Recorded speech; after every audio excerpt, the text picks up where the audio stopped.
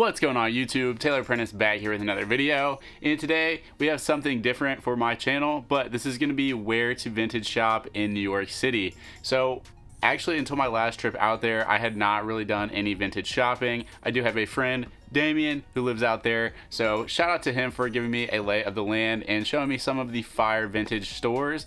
One of them was not open, so can't 100% vouch for it, but it sounded like a store I would love. So with all that being said, let's just go ahead and get right on into it. The first store that we're going to talk about is Select Stock. So Select Stock actually started here in Indiana. Nick, the owner, super cool guy. He opened up a store in Bloomington, and then he ended up opening a store in Boulder, Colorado. So you can hit those locations if you guys are ever in that area as well. He's got cool stuff in all of his stores. But yeah, the New York location is definitely special. They get like the Frank Sinatra stuff. He's a huge Seinfeld fan, so there's a ton of that. Just a lot of cool band tees.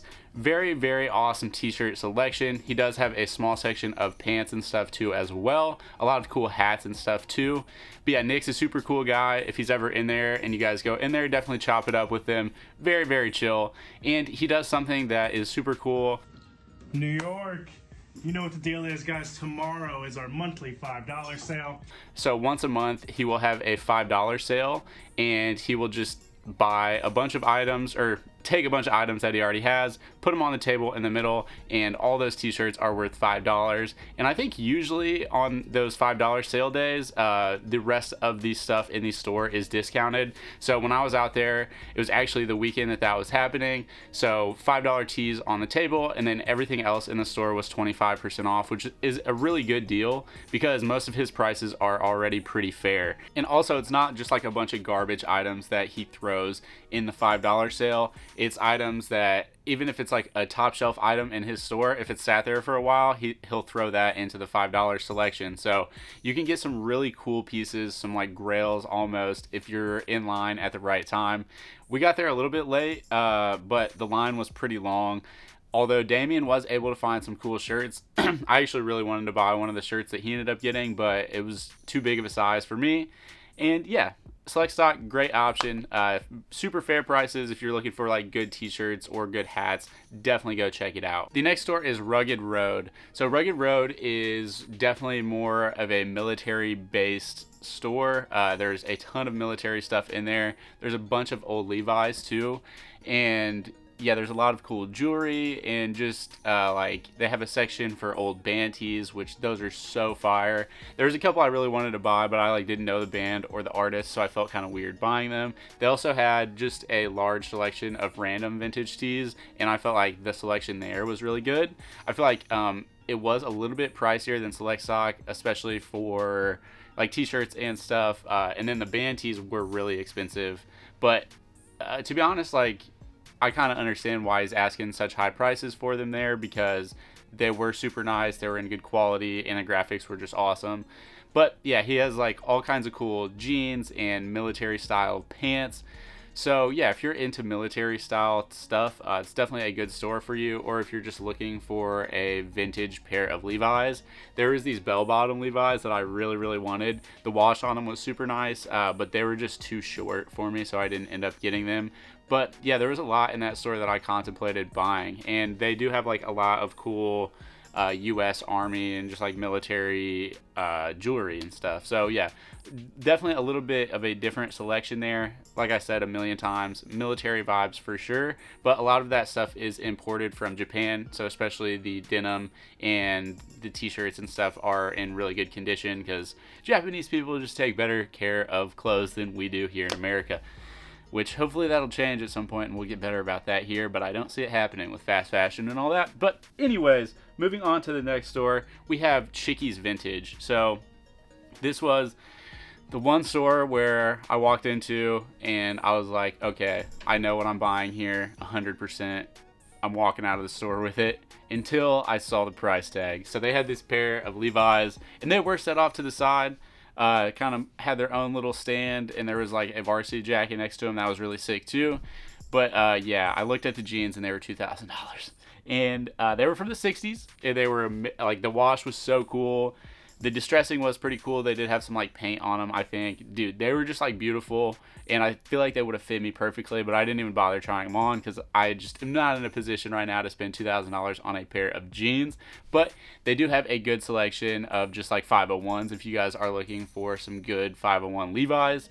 I think they date back like all the way to the 60s, and then they've got pairs from like every decade up till now, and most of them are like a lighter wash. And then tops wise, they had like a lot of button ups and like sweaters and flannels. They had a really good selection in that too. There was a flannel I really liked, but it was just way too big for me. I think Damien ended up getting a shirt from like American Eagle or maybe Aeropostale. So they have like some cool shirts from those types of brands too. Like I feel like Abercrombie and some of those brands make a lot of cool stuff, but people kind of sleep on them because they got like corny or whatever. But one of the flannels that I liked in there was from Abercrombie. So yeah, definitely a good selection as far as tops and all that goes as well. But I would say the 501s are kind of the staple of Chickies. Another place to check out is Raggedy Threads. I really liked this store.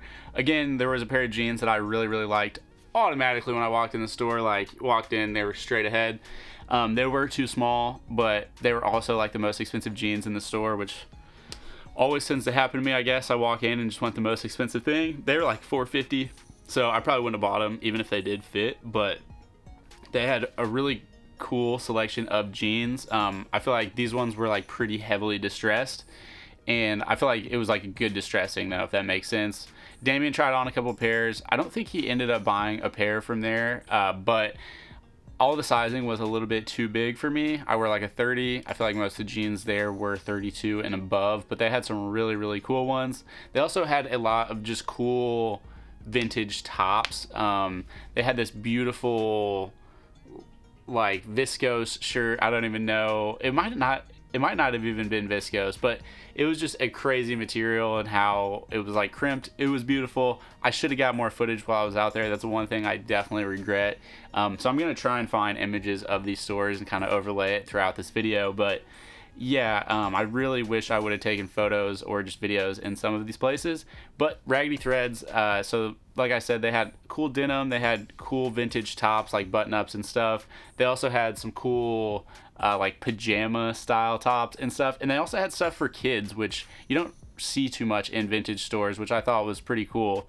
So yeah, all these places, they have their own little like niche, I feel like, but all of them definitely have cool things to offer and are definitely worth checking out. It was definitely a cool experience getting to see all these new places. And then there was one other place. I'm going through my text here from Damien. Okay, so the other place that we went, the one other place, and then I've got a couple suggestions at the end. But the one place was called Res Ipsa, R-E-S space I-S or I-P-S-A. They like, what caught my eye when you walked by is they had like patchwork on Levi's, and they also had like these like cool clogs that were like handmade. They had a lot of cool stuff like that. You walk in and pretty much everything is just reworked Levi's with patchwork, handmade. I think in Morocco is what the guy told me. He definitely told me, and I can't really remember, but I believe it was Morocco. I could be wrong though. But overall, you could just tell the store and the pieces themselves had a lot of character, which I really liked. The employees were also super nice, so huge shout out to them. Yeah, it was a cool experience being in there. They also had a large selection of vintage tees. They did do some like distressing to those tees though, but I felt like they had a good selection. And they also like tagged their vintage tees. That kind of threw me off at first. I was like, are these like graphics you guys made? And then eventually you realize like there's so many of them that it's definitely vintage tees. But it was a cool store. Definitely a good atmosphere, and yeah, like I said, you could just feel the character when you walked in there. So yeah, those are the main places, or well, those are the places I went that I would say are worth checking out for sure. And then Luke's NYC is an honorable mention because they have like a small vintage selection. It's not really a vintage store. They have a lot more current stuff than they do vintage, but they do have some cool vintage stuff. So if you're in the area, go check it out. Or just if you're interested in like higher fashion stuff, go check it out. I bought a pair of shoes from there that I'm gonna make a video on at some point. But the last store that I didn't get to go to because they were shut down while I was out there is called Tokyo 7, and by the sounds of it, it probably would have been like one of my favorite stores. So it's just Japanese vintage denim, which I love. I love denim, and the Japanese do it the best, it seems like. So I would have loved to have been able to go into that store, but like I said, they were closed, so that was kind of a bummer. But I'm sure next time I'm out there, I will stop in if they are open. So yeah, just wanted to give you guys a rundown on what I think are viable options for vintage shopping in New York. You see people like Mark Boutillier, I don't know if I said his name right, but you see people like him kind of making videos about vintage shopping in New York. So I wanted to give you guys a longer form content and kind of give you guys a rundown on what each place has to offer, I think. I also forgot to mention the Rugged Roads place has really fire like old Japanese bombers because they're imported like straight from Japan. And you'll see Japanese bombers in multiple vintage stores that I've mentioned, but I feel like they had the best selection of them. But yeah, that's pretty much gonna be it for this video. Let me know if you guys are out there, if you guys have any stores that you like to hit, or just if you've traveled out there and found some cool stores, let me know down below. I'm always down to check out new places when I'm out there. I always have a blast out there. Huge shout out to Damien for having me out there and also just like helping me make this video.